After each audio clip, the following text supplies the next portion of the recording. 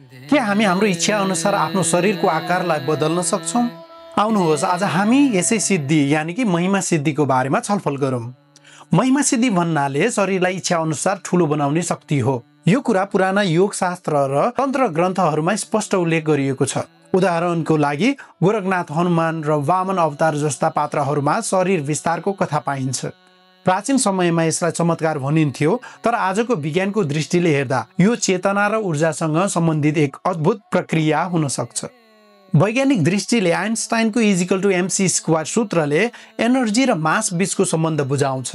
यदि कुनै व्यक्ति आफ्नो शरीरभित्र रहेको बायो एनर्जीलाई अत्यधिक स्तरमा जेनेरेट र कन्ट्रोल गर्न सक्षम भयो भने त्यो एनर्जी डेन्सिटीले उसको वरिपरि रहेको स्पेस टाइम कर्वेचरमा सानो परिवर्तन ल्याउन सक्छ।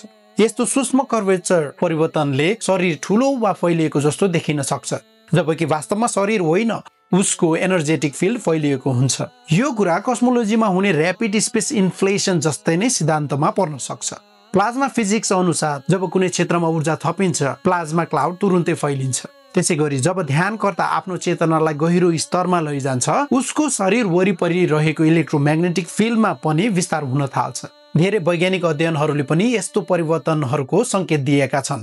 UCLA की डाक्टर भेलेरी हन्टले सन् 1996 मा गरेको अनुसन्धानमा ध्यान गर्ने मानिसको वरिपरि उच्च आवृत्तिको इलेक्ट्रोम्याग्नेटिक फिल्ड मापन गरिएको थियो। त्यसैगरी हार्ट म्याथ इन्स्टिट्युटको अध्ययनले देखायो कि ध्यान र गहिरो श्वास प्रश्वासले शरीर वरिपरि करिब 8 देखि 10 फिटसम्म एनर्जी फिल्ड फैलाउन सकिन्छ। यी प्रमाणहरूले देखाउँछन् कि मानव शरीरको ऊर्जा क्षेत्र ध्यान वा चेतनाको स्तरसँग प्रत्यक्ष सम्बन्धित छ। हिन्दू धर्मग्रन्थहरूमा पनि यसको पुष्टि मिल्छ। वामन अवतारको कथा अनुसार विष्णुले 3 पाइलामा सारा ब्रह्माण्ड नापे। यसलाई शाब्दिक रूपमा होइन, चेतनाको ऊर्जा विस्तारको प्रतीकको रूपमा बुझ्न सकिन्छ। त्यस्तै गोरखनाथ जस्ता सिद्ध पुरुषहरूले आफ्नो चेतनाको बलमा विशाल रूपमा प्रकट भएको मानिन्छ। योग वासिष्ठ र शिव महापुराणमा पनि जब चेतना उच्च स्तरमा पुग्छ तब शरीरका सीमाहरू हराउँछन् भनेर स्पष्ट उल्लेख गरिएको छ। आजको विज्ञानले पनि यस विषयमा परीक्षण गर्न सक्ने सम्भावना देखाएको छ। यदि महिमा सिद्धि जस्तो अवस्था सत्य हो भने त्यसको परीक्षण स्क्विड म्याग्नेटोमिटर्स र सुपर कन्डक्टिङ सेन्सर्स प्रयोग गरेर ध्यान अवस्थाका मानिसहरूको वरिपरि इलेक्ट्रोम्याग्नेटिक फिल्ड म्यापिङ गरेर हेर्न सकिन्छ। साथै लेजर इन्टरफेरोमेट्रीद्वारा स्पेस टाइम कर्वेचरमा सानो परिवर्तन पनि खोज्न सकिन्छ। यदि गहिरो ध्यानले स्पेस टाइममा हल्का पर्च्युवेसन ल्याउन सक्छ भने यो जेनरल रिलेटिभिटी र कन्सियसनेस बीचको प्रत्यक्ष सम्बन्ध पुष्टि गर्ने ठोस प्रमाण बन्नेछ।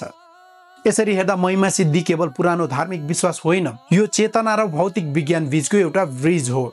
ध्यान, प्राणायाम र आन्तरिक एकाग्रताले शरीरभित्रको बायो एनर्जेटिक फिल्डलाई बढाउँछ।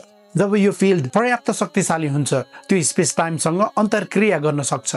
यसले मानिसलाई असामान्य रूपमा विशाल, उज्यालो वा शक्तिशाली रूपमा देखाउन सक्छ। सनातन धर्मले पनि हजारौं वर्ष अघि यही कुरा भनेको थियो, यदा पिण्डे तदा ब्रह्माण्डे, यानी कि मानव शरीरभित्र नै सम्पूर्ण ब्रह्माण्डको शक्ति लुकेको छ। आजलाई यति नै। फेरि अर्को भिडियोमा सनातन धर्म र साइन्सको अर्को विषय लिएर आउनेछु। त्यतिन्जेलको लागि मलाई बिदा दिनुहोस्। आफ्नो ख्याल राख्नुहोला र सधैँ सत्यको साथ दिनुहोला। धन्यवाद।